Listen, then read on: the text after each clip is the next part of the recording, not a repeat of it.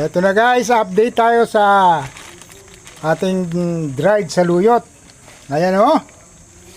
Wow, iniluto na ng aking wifey.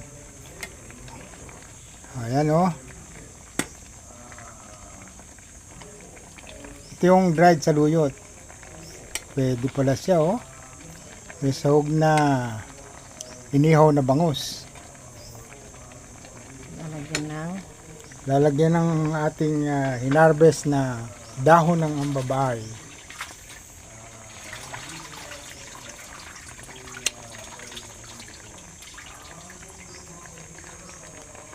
Ayun oh.